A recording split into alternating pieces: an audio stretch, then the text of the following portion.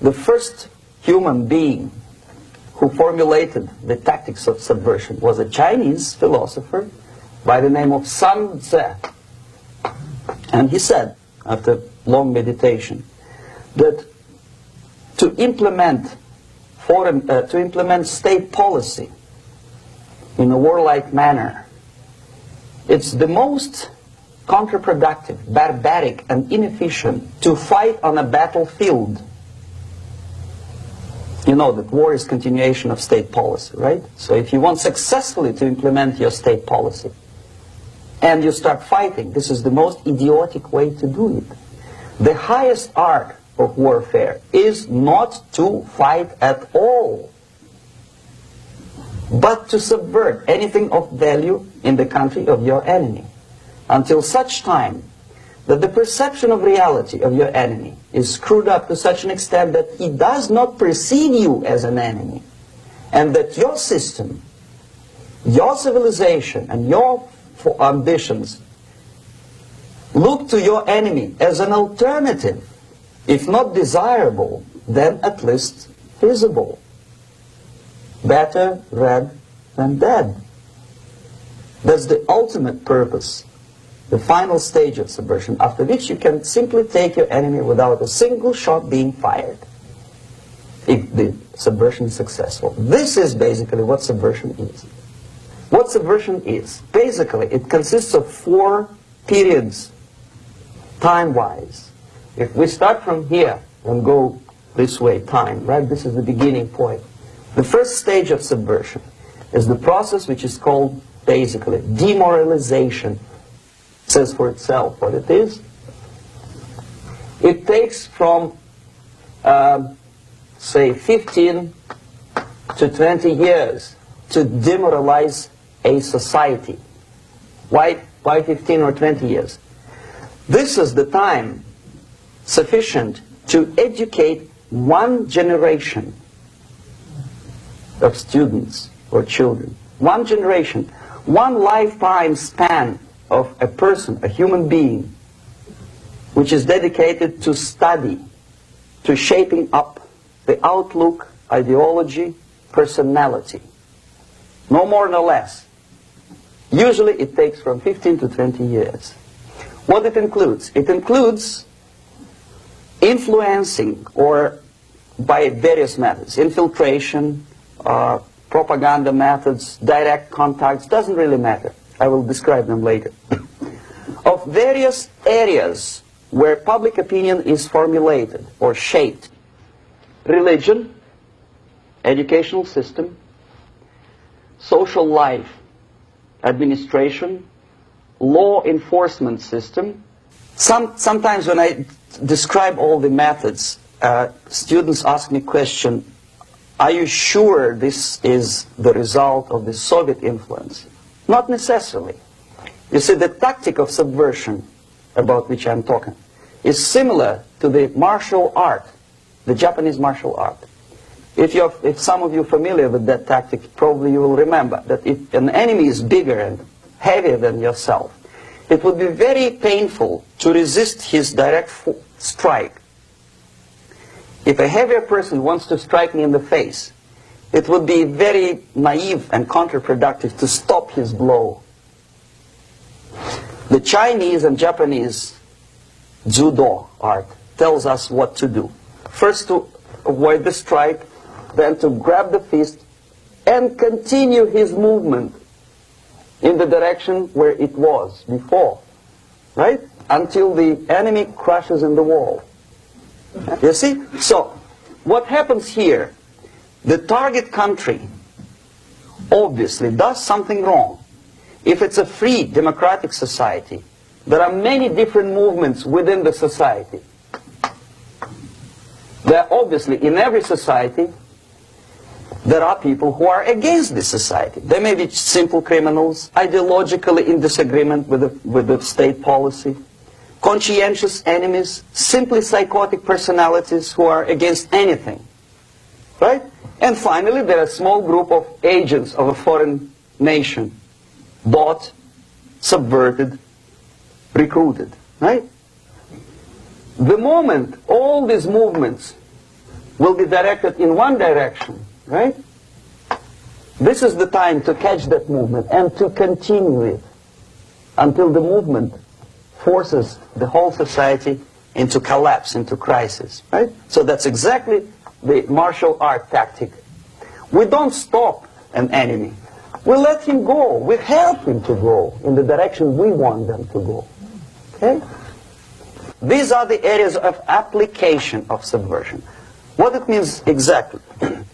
In case of religion, destroy it, ridicule it, replace it with various sects, cults, which bring people's attention, faith, whether it is naive, primitive, doesn't really matter. As long as the basically accepted religious dogma is being slowly eroded and taken away from the supreme purpose of religion, to keep people in touch with the supreme being, that serves the purpose. Therefore, replace it, accepted, respected religious organizations with fake organizations. Distract people's attention from the real faith and attract them to various different faiths. Education. Distract them from learning something which is constructive, pragmatic, efficient.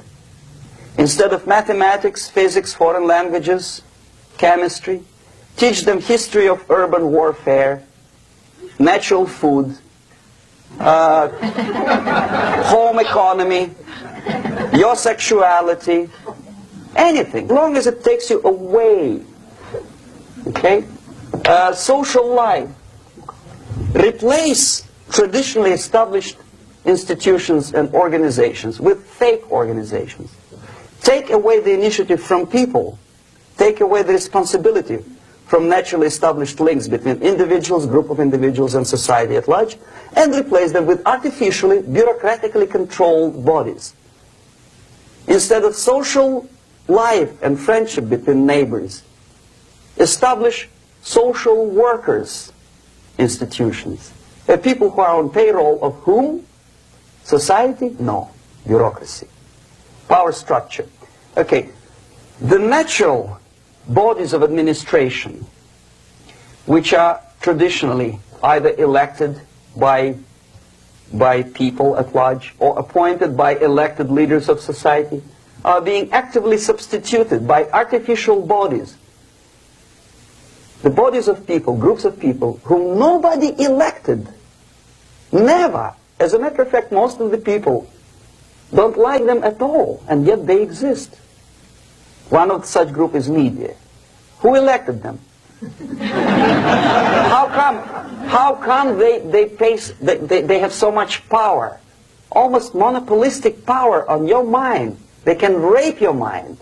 But who elected them? How come they have a nerve to decide what is good and what is bad for the elected by you, president, and his administration? Who the hell are they? Power structure slowly is eroded by the bodies and groups of people who do not have neither qualification nor the will of people to keep them in power, and yet they do have power. The next step is destabilization.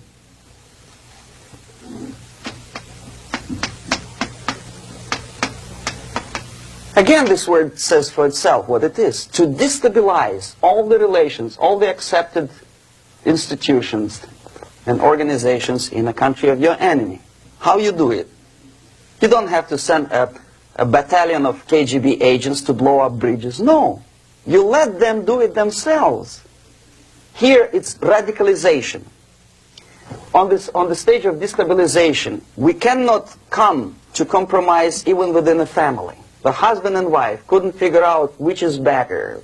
Husband wants his kids to eat at the table, and wife wants a child to roam around the room and drop food all over the floor. They cannot come to compromise unless they start a fight. It's impossible to reach a compromise, constructive compromise between neighbors. This stabilization process usually leads directly to the process of crisis. In case of developing nations, that's the area where I was active. The process starts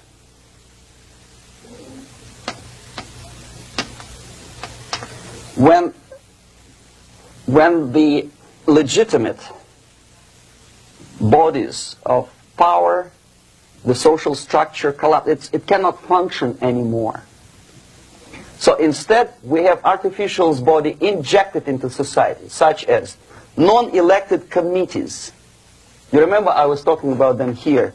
Social workers who are not elected by people, media who are self-appointed rulers of your opinion, some strange groups which claim that they know how to lead society forward.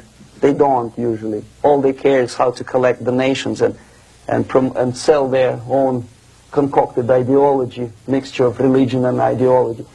Here, we have all this artificial body claiming power. If the power is denied to them, they take it by force. In case of Iran, for example, all of a sudden we have revolutionary committees. What kind of revolution? There was no revolution yet, and yet they had the committees. They were taking power of judgment. They had the power of execution, they had the power of legislation, and that they had the power of judicial. All of them combined in one person, who is half-baked intellectual, sometimes graduated from Harvard University or Berkeley. He comes back to his country and he thinks that he knows the answer to all the social, economical problems. Okay? Crisis is when society cannot function any more productively. It collapses, obviously. That's the word for crisis. Could be stopped right here, both as an expert and as an impert. And that takes one step, one very important thing to do. You don't have to expel all the KGB agents from Washington, D.C. The most difficult and at the same time the simplest answer to the subversion is to start it here and even before, by bringing back the society to religion, something that you cannot touch and eat and put on yourself, but something that rules society and makes it move and preserve it. So the answer to ideological subversion, strangely enough, is very simple. You don't have to shoot people, you don't have to aim missiles and Pershings and cruise missiles at Andropov's headquarters. You simply have to have faith and prevent subversion. In other words, not to be a victim of subversion. Don't try to be a person who in judo is trying to smash your enemy and being caught by your hand. Don't strike like that. Strike with the power of your spirit and moral superiority. If you don't have that power, it's high time to develop it. And that's the only answer.